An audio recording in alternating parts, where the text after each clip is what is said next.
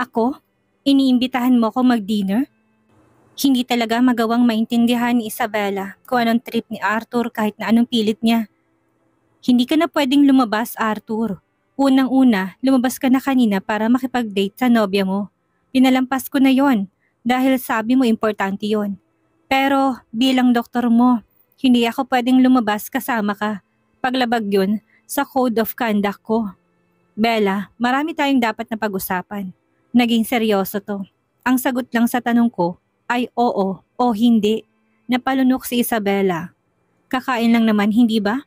Hindi magawang tumanggi ni Isabela lalo na at naging seryoso na to.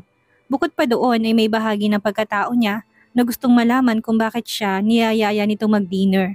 Pakiramdam niya ay importante ang gabing ito. Pumapayag ka na? Muling tanong nito.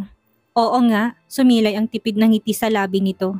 Okay, magkita na lang tayo mamaya sa kwarto ko. Ayaw mo namang paalisin ako ulit ng hospital. Ang kwarto ni Arthur Gutierrez ay ang pinakamalaki at pinakamahal na ospital na yon. Sa loob ng kwarto niya ay may sala, may dining area at may kusina. Dinaig pa nito ang tunay na bahay kung pagbabasahan ng kompletong kagamitan nito. Ni minsan ay hindi pa nagagamit ang kusina dahil madalas ay puro takeout lang ang ginagawa nito. Iba ngayong gabi dahil pagdating ni Isabela ang una niya napansin ay ang isang lalaking nakasuot ng puting sombrero at puting uniform. Isa itong private chef at abala to sa pag-aayos ng lamesa nila. Nang makita siya ay ngumiti pa ito. Happy dining po, miss. Thank you. Iginala pa niyang mata sa kabuuan ng lugar. Isabela, tigilan mo nga yan. Parang ngayon ka lang nakakita ng ganito. Totoo naman, biro ni Isabela. Ang sarap pala ng ganitong buhay ano? Bakit ba aborido ka dyan? Pakakainin mo ba ako o magmamaktol ka lang dyan? Kung oo, aalis na lang ako. Subukan mo. Irap ni Arthur sa kanya matapos umila ng upuan. Umupo ka na para mas makita mo ng malapitan ang mga pagkaing hinanda ni chef. Okay, mukha ngang masarap lahat. Magkatapat sila ng upuan pero hindi pa rin ginagalaw ni Isabel ang mga kubyertas niya. Arthur, bago ang lahat, may tanong ako. Anong purpose ng dinner na to? Kapag hindi mo sinabi sa akin, hindi naman ako makakakain. Kaya sabihin mo na lang. Naubos si Arthur at mabilis na tumayo papunta sa pader ng kwartong yun. Sinundan lamang siya ng tingin ni Isabela. Nakita niya may canvas na nakasandal doon na natabunan ng tela. O anong meron dyan? Mabilis na nahila ni Arthur ang tela. Oh my! Painting yan ni Juan Luna. Nagniningning ang mga mata ni Isabela. Gaya ng inaasahan ni Arthur, ma-appreciate nga ni Isabela ang painting dahil hilig niya to. Para sa'yo yan. Ha? Naku! Hindi. Napakamahal ng painting ni Juan Luna. Hindi ko nga alam paano mo nakuha yan eh. Sumimangot si Arthur nang marinig ang sinabi niya. Ang hilig-hilig mong pahirapan ang sarili mo at ang ibang tao, Isabela. Tinanggap mo yung bracelet pero tong painting ayaw mo. Dahil mahal, gusto mo yatang may utang na loob ako sa'yo habang buhay. Doon na pagtanto ni Isabela na ganun palang tingin ni Arthur sa kanya na naghihintay siya ng kabayaran para amanos na sila. Sa'yo yan, para sa'yo yan.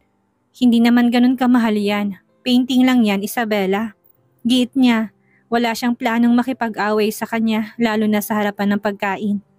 Gutom na ako. Sigurado kung gutom ka na din kaya kumain ka na. Sige, hindi pa rin maalis kay Isabela ang makaramdam ng pagkabalisa. Ang mga larawang gaya ni Juan Luna ay walang katumbas na halaga. Paano niya tatanggihan iyon? Lumunok na lang siya ng laway. Hindi niya malaman kung babalik pa ba siya sa upuan o hindi na. Bilisan mo na. Kinuha ni Arthur ang kamay niya para igiya sana siya pabalik ng lamesa, pero isang pamilyar na boses ang nagpatigil sa kanila. Arthur, nasan ka? Nasa restroom ka ba o sa dining room? Si Ivy. Nagsalubong ang mga mata ni na Arthur at Isabela. Aminin man nila o hindi, ang presensya ni Ivy ay nagdulot ng agarang kaba sa kanila. Marahan siyang tinulak ni Arthur papasok sa isa pang banyo. Dito ka muna. Huwag kang maingay. Pinatay pa nito ang ilaw sa loob bago isara ang pintuan. Napakabilis na mga pangyayari at huli na nang maintindihan ni Isabela. Sa pagkakaintindi niya, para silang may tinatagong dalawa. Gustong matawa ni Isabela sa eksenang ito. Nanatili siya sa loob ng madilim na banyo. Narinig niya ang pag-uusap ni na Arthur at Ivy mula doon. Arthur? Ivy, bakit nandito ka? Yun na nga, nagka-problema sa filming location tapos kinasa na lang ni Derek. At saka namimiss kita kaya dumiretso na ako dito. Hindi ka ba masaya na magkasama tayo? Hindi ka masaya? Tanong muli ni Ivy. Masaya naman. Napansin na ni Ivy ang nakahandang mesa. May 2 plato kaya kunot ang noon nito ng tanungin ng nobyo. May ibang tao ba dito? Hindi naman kasi alam ni Arthur na makakancel ang shooting nito ngayong gabi. Lalong hindi naman para kay Ivy ang hinanda niyang dinner. Kung alam niya lang, sana pala nagpumilit na lang siya na sa labas na lang sila maghapunan ni Isabela. Nainis siya sa pagsulpot nito ng walang pasabi. Pero hindi naman niya pwedeng sabihin ang totoo kaya kailangan niyang makaisip agad ng kapani-paniwalang rason. Para sa amin ni Garrett yan, hindi pa lang siya dumarating. Oh, I see. Saka pa lamang nakahinga ng maluwag si Ivy. Ang una niyang inisip ay baka may babaeng kasama si Arthur at kakain pa lang sila. Mabuti na lang at si Garrett lang palang kasama nitong kumain. Humila siya ng isa pang upuan. Alam mo, boring kumain ng kayo lang. Samahan ko na kayo, okay? Nanatiling nakatayo si Arthur. Napansin na naman to ni Ivy. Ayaw mo bang umupo? Sige, wala nang nagawa si Arthur kung hindi ang sumunod kahit na parang ang bigat-bigat ng mga paa niya. Nakita rin niyang nakita na ni Ivy ang painting na nabili niya kanina. Teka, di ba sabi niya ibibigay niyang painting? Bakit nandito sa kwarto niya? Kanino kaya niya ito balak ibigay? Puro sa isip lamang yun ni Ivy. Wala siyang balak magtanong kahit na may duda na siya. Sa loob ng banyo, nababato na si Isabela sa loob kaya kinuha niyang phone niya at naglaro na lang ng games. May mga pumapasok na mensahe galing sa group chat nila na mga kapwa niya, doktor. Nagbabalak ang mga ito na kumain ng hapunan ng magkakasama. Clint, hey, anong kakainin natin mamaya? Mia, sa kantin na lang tayo kumain. Ilan bang gusto nyo? Clint, bakit sa kantin? Iba naman, ang toxic ng duty. Tapos sa kantin lang tayo o-order? Mia, sige, mag-Jollibee na lang tayo o kaya inasal. Masarap yun. Clint, kahit saan, wag lang sa kantin, okay? Tahimik lang na nagbabasa si Isabela pero may alam siyang kainan na hindi kalayuan sa ospital. Nag-type din siya ng reply niya. Yung samyuksalan sa Makati, masarap dun. Lagi nilang pinupuntahan ni Nikki ang lugar na yun. Clint, uy, nandito ka ba sa ospital, Bella? Kumain ka na ba? Sama ka na lang sa amin. Inisip din ni Isabela na okay din ang ganon. Nasa labas pang 2 kaya medyo matatagalan pa siya. Bukod pa doon ay nagugutom na siya.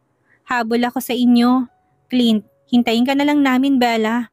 Uy, nagpapa-impress si Clint kay Isabela. Bella, paghintayin mo si Clint, basta siyang magbayad lahat. Kami maghihintay sa'yo. Nakadepende ang dinner namin sa'yo ngayon. Napasubo si Isabela sa mga kasama. Lahat naman sila sa group chat na yon ay mga intern doctors at karamihan sa kanila ay matagal na magkakakilala. Si Clinton ay matagal na ding nagpapasaring sa kanya. Hindi lang niya binibigyan ng mali siyang mga pahaging nito sa kanya. Sige, pero kapag wala pa ako, kumain na kayo. Clint, no problem Bella, akong bahala. Hihintayin ka namin. Palatak ni Isabela nang bumaha ang liwanag sa loob ng banyo. Nasa harapan na niya si Arthur. Oh, wala na bang girlfriend mo? Bakit hindi mo naman hinatid pa uwi? Pinahatid ko na kay Garrett. Nakakunot ang noon ni Arthur, naunawaan naman ni Isabela. Artista si Ivy at si Arthur ang nobyo nito. Hindi nga naman pwedeng basta-basta silang makita sa labas. Tumayo na siya pero dahil medyo may katagalan siyang nakaupo doon ay nanghinang mga hita niya. Aray, muntik pa siyang sumemplang sa sahig. Dahan-dahan, maagap siyang naalalayan nito. Okay lang ako. Nilayo ni Isabela ang sarili kay Arthur. Kaya ko na, pwede na ba akong umalis ngayon? Nagugutom na ako. Sandali, pinigilan siya ni Arthur sa kamay. Isabela, ilang taon ka na ba? Parang hindi ka nag-iisip ah. Ha? Sarili mo lang ang iniisip mo. Hindi mo ba naiisip ang batang nasa sinapupunan mo? Namutla si Isabela. Tama ito, nakalimutan niyang may dinadala siyang bata. Thank you, magiging maingat na ako sa susunod. Nakahawak pa rin si Arthur sa kamay ni Isabela. Gusto na niyang umalis pero hindi niya magawa. Yung kamay ko, pwede pakibitawan saka pwede na ba akong umalis? May lakad ako.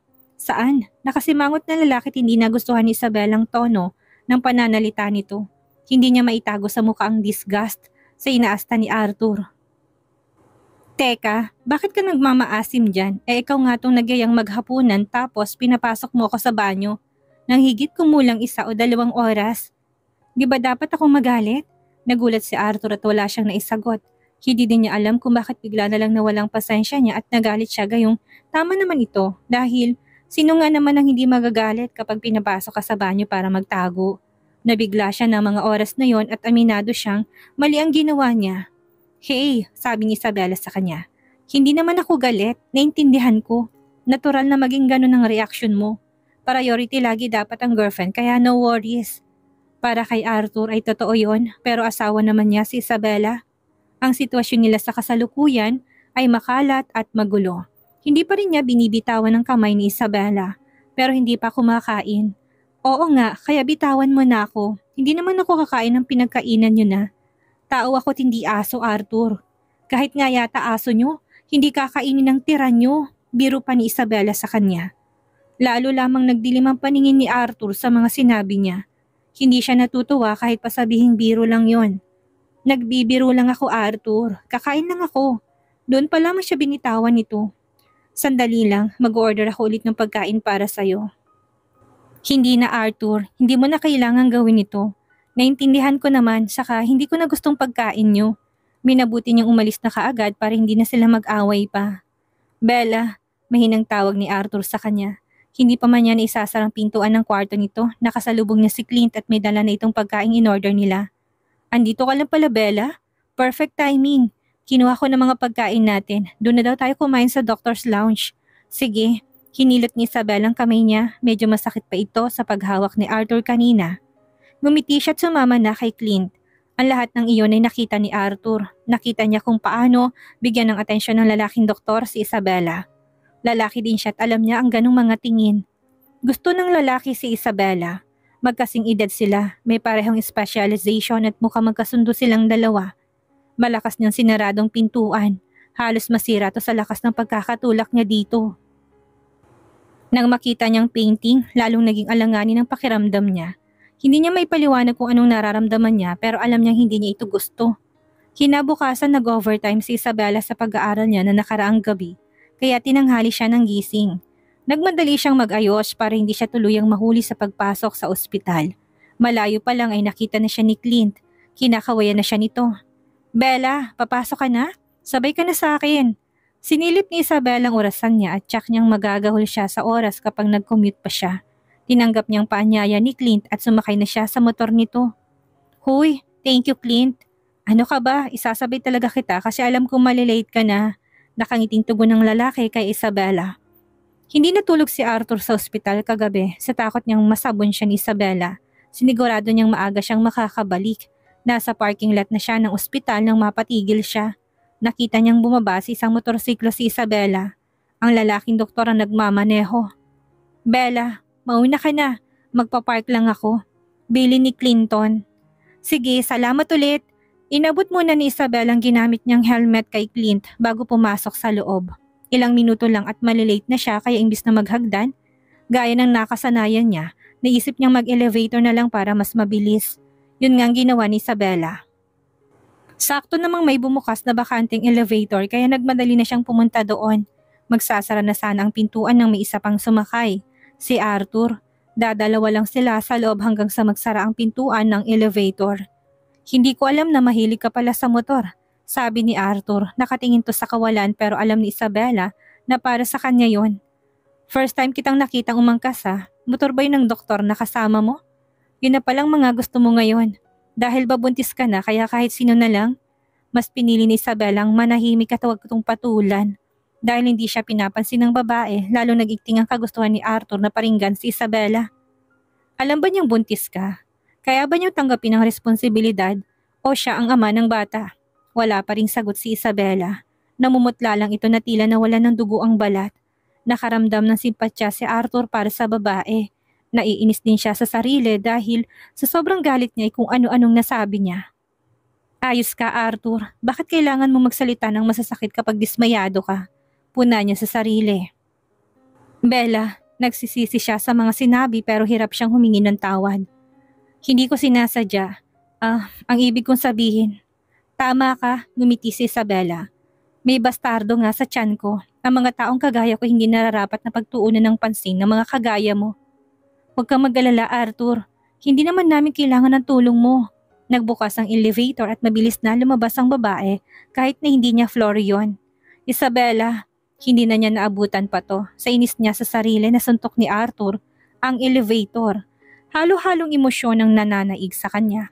Sa palagay niya ay malalagutan siya ng hininga. Kinahapunan, nag-round si Isabela sa kwarto ni Arthur pero si Garrett lang ang kumausap sa kanya kahit na naroroon ang pasyente. Bella, pwede na bang ma-discharge si Sir? Garrett, ideally, kailangan pa niyang manatili dito ng ilang araw hanggang sa masiguro namin na natanggap ng katawan niyang mga sutures. Kuwan kasi, marami kasi siyang gagawin at kailangan personal niyang asikasuhin yun. Pakiusap pa ni Garrett, sa huli na papayag din si Isabela. Agad namang inisikasi ni Garrett ang discharge list na ibinigay niya. Silang dalawa na lang ulit ang naroroon. Sige, pero kailangan mo pa rin sundin ang reseta at maging maingat. Nagsimula na siyang magpaliwanag. Kahit hindi nila sabihin ang namamagitan sa kanila ay hindi nila nakasanayan. Wala ni isa sa kanila ang gustong makipagtitigan o makipag-usap ng gaya ng dati. Hindi pa man tapos si Isabel ang ipaliwanag ang lahat ng kailangan niyang gawin, humahangos na bumalik si Garrett sa silid niya yon. Sir, may nangyari po. Si Sir Amorsolo po, pagkarinig sa pangalan ng lolo'y napatayo si Arthur. Anong nangyari kay Lolo? Nalaman kasi niya kung anong nangyari sa inyo. Na naospital kayo tapos nahimatay po si Sir Amorsolo. Sinugod po ditong lolo nyo. Ano? Nagdilim ang mukha ni Arthur. Ito nang kinatatakutan niyang mangyari kaya mas pinili niyang ilihim sa matanda ang sinapit niya. Ang hindi niya maintindihan ay kung paano nakarating ang balita sa lolo niya, gayong hindi naman to gumagamit ng phone o anumang gadgets. Ni hindi nga to nanonood ng TV kaya paanong nalaman ni Amorsolo ang aksidente niya. Nasaan si Lolo? Nasa ER po. Ano pang hinihintay nyo?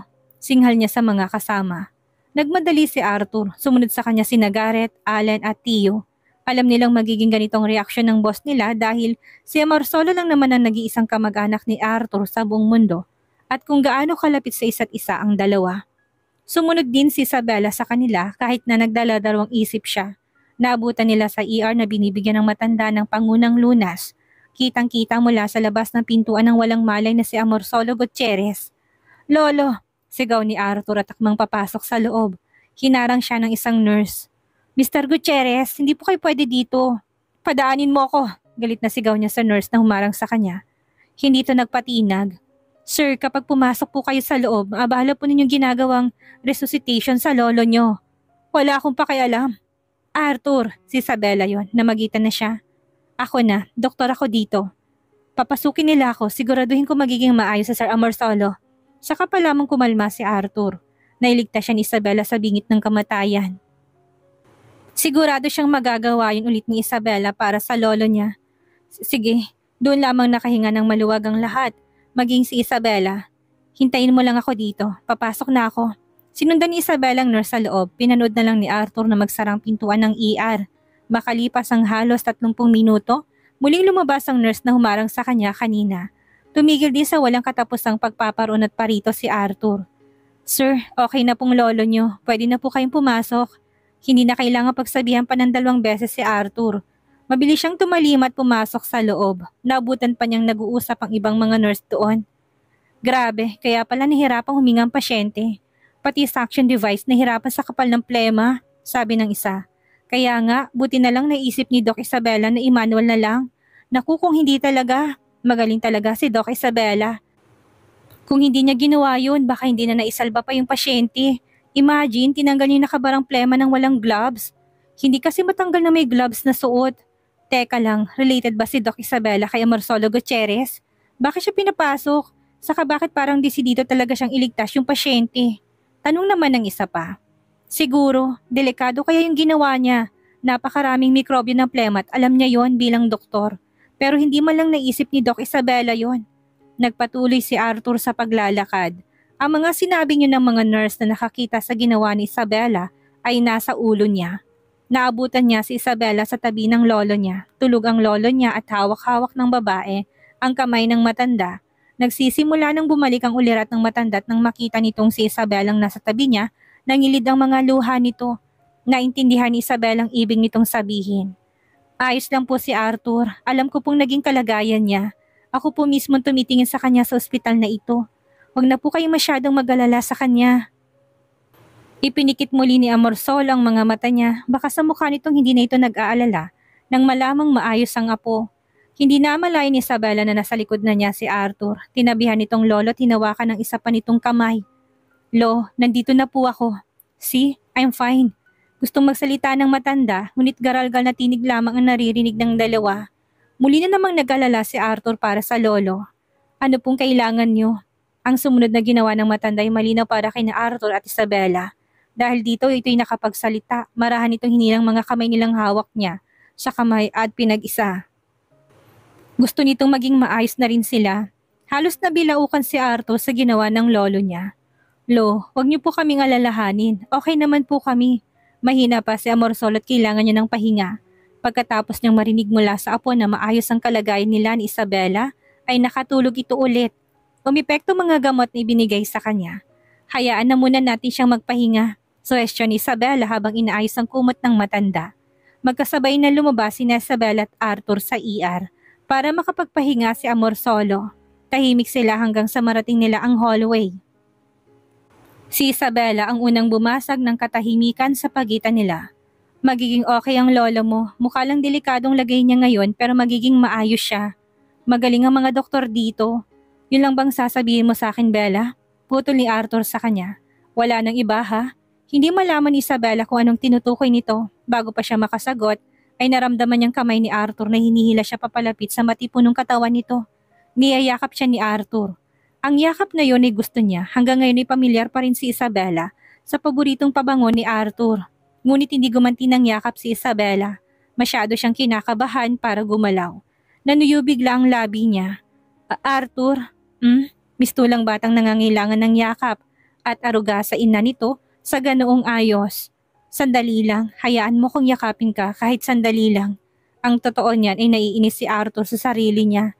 Dahil hindi niya magawang magpasalamat ng maayos. Ang laki ng utang na loob niya kay Isabela dahil niligtas nitong lolo niya mula sa kapahamakan. Kung hindi pa siya narinig ng mga nurse doon na nag-usap ay hindi niya malalaman kung anong ginawa ni Isabela sa loob. Gustong-gusto niyang magpasalamat pero hindi niya mahanap ang mga katagang tumutumbas sa gusto niyang iparating. Niyakap niya si Isabela hindi lang dahil nagpapasalamat siya, dahil sa pagligtas sa lolo niya. Ginawa niya yon dahil yun ang nararamdaman niya. Okay. Yun lang ang nasabi ni Isabela dahil ayaw naman niyang bigyan pa ng ibang kahulugan ng yakap na yon. Ang pagyayakapan nilang iyon ay naistorbo ng marinig nilang pareho ang ingay na nagmumula sa tiyan ni Isabela. Binitawan siya kaagad ni Arthur at napatingin sa tiyan niya. Gulat na gulat ito. Nagugutom ka na ba? Napangiti si Isabela at nasapo ang tiyan sa kahihiyan. Oo hinila siya sa kamay ni Arthur. Yun naman pala, ano pang hinihintay natin? Kumain tayo, Bella. Hindi na binitawan pa ni Arthur si Isabela hanggang sa marating nila ang parking lot kung saan nakaparada ang sasakyan nito. Kung si Isabela ang tatanungin, mas gugustuhin sana niya na sa kantin sa ospital na lang siya. Kumain pero hindi pumayag si Arthur. Malapit lang yung resto, Bella. Mga 30 minutes lang. Inabot sila ng mahigit 40 minutos dahil sa mabigat na daloy ng traffic. Narating nila ang isang mamahaling restaurant at kaagad silang inisikaso ng mga staff doon. Mukhang madala si Arthur sa lugar na yon dahil natarantang mga tao. Bilisan nyo, gutom ng kasama ko. Sige po Mr. Gutierrez. Mabilis kang nahandang mga pagkain pinahanda ni Arthur. Umorder to ng steam lapu-lapu. Eto kumain ka. Inalis pa ni Arthur ang mga buton ng isda bago nilagay sa plato ni Isabela. Salamat. Gutom na gutom siya kaya kaagad niyang kinain ng pagkain. Pagkasubo ni Isabela, umatake na naman ang pagbubuntis niya. Gusto niyang masuka. Agad niyang tinakpan ng kamay ang bibig niya. Nakita ni Arthur ang pamumutla at pamamawis niya kaya tinabihan siya kaagad nito. Bella, anong problema? Nasusuka ka ba? Tumango si Isabela habang hinahanap ng kanyang mga mata ang basurahan. Naghanap na rin si Arthur pero wala din itong makita kaya sa pagkataranta niya, pinagsama niya ang mga kamay niya tinapat sa mukha ni Isabela. Dito ka sumuka, alok niya. Bakit kaya tila nagseselos si Arthur tuwing makikitang may kasamang ibang lalaki si Bella? May pag-ibig na kaya siyang nararamdaman sa asawa? Yan ang ating aalamin sa susunod nating kabanata.